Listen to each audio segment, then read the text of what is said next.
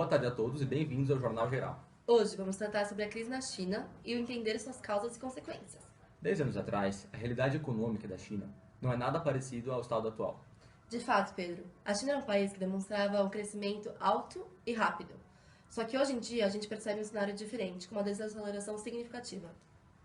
Mas ao falar do alto crescimento chinês nos últimos 30 anos, devemos levar em conta os fatores que levaram a esse avanço. Devido a seu tamanho, disponibilidade de materiais e mão de obra barata, esse avanço se tornou possível.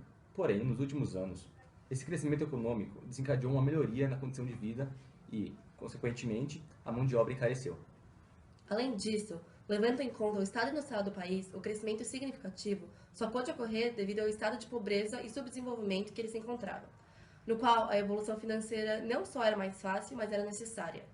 Agora que a China se encontra como um país mais desenvolvido e em constante ascensão, é um grande desafio manter a curva de crescimento dos últimos tempos. Dessa forma, a crise não foi inesperada. Era do conhecimento geral que essa economia não poderia se manter por muito tempo. O que o governo chinês busca atualmente é uma economia sustentável e equilibrada. Apesar de que algumas das medidas que eles realizaram não ajudaram muito nessa missão. Para discutir mais profundamente esse caso, temos como convidado o economista formado na Universidade de Yale, Cristiano Nardi. Boa tarde, Cristiano. Boa tarde, Alessandra. Boa tarde, Pedro. Boa tarde, Cristiano.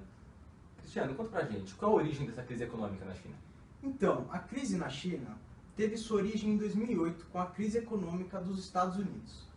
Como os Estados Unidos não possuíam mais interesse em comprar os excedentes chineses, estes tiveram que procurar outros mercados. Estes mercados constituíam basicamente de países da América Latina, inclusive o Brasil. Porém, os chineses também perceberam que não adiantava de nada você produzir demais para um mundo que consumia de menos. Logo, o que eles fizeram? Eles estimularam o mercado interno e diminuíram sua produção, assim restabelecendo o equilíbrio da economia. Quais foram as etapas desde o início da crise até a situação atual? Então, Alessandra, por conta da crise econômica estadunidense, o governo chinês viu-se obrigado a injetar trilhões de dólares na economia. Esse crédito excedente, o povo chinês investiu no mercado imobiliário e isso contribuiu para a formação de uma bolha econômica. O que é essa bolha econômica? Nada mais é do que uma supervalorização no preço de imóveis e, em paralelo, uma economia extremamente desvalorizada. Assim que a bolha estourou, o governo chinês optou por tomar algumas medidas para atrair investimentos na bolsa. Medidas como a redução da taxa de impostos, entre outras. Porém, essa aparente estabilidade da bolsa não reflete exatamente a situação pela qual a China está passando. É uma falsa realidade. Entendi. Nesse momento, nosso repórter Marcelo Dias está ao vivo diretamente da China. Marcelo, como é que estão as coisas aí com os cidadãos? Muito obrigado, Pedro. Estamos aqui hoje na China para conversar com um dos vários investidores da Bolsa de Valores chinês, Ish Yemoto, um comerciante de vegetais em Xangai.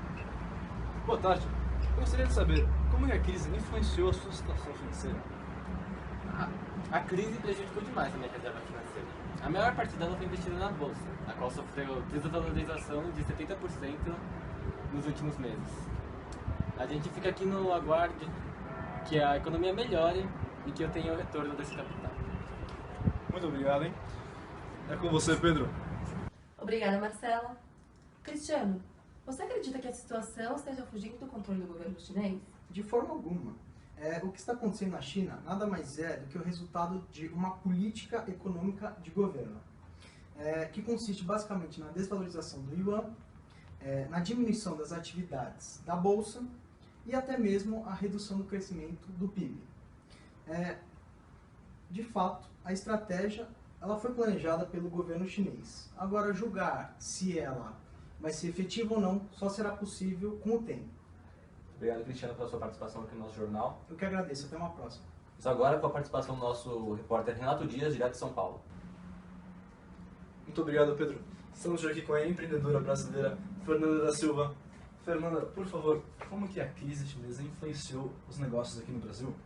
Boa noite. A crise fez com que os chineses diminuíssem suas importações. Assim, com a redução da demanda dos nossos produtos, há um reflexo negativo na economia brasileira, porque a China é um dos nossos principais parceiros comerciais, com cerca de 20% das nossas exportações. Por isso, há uma queda significativa das exportações de várias commodities, como o ferro e a soja. Muito obrigado, Fernanda. Com você, Alessandro e Pedro. Muito obrigado. Muito obrigado, Renato. E assim acabamos nossa edição do Jornal Geral de hoje. Muito obrigado a todos que nos assistiram. E uma boa noite. Boa noite.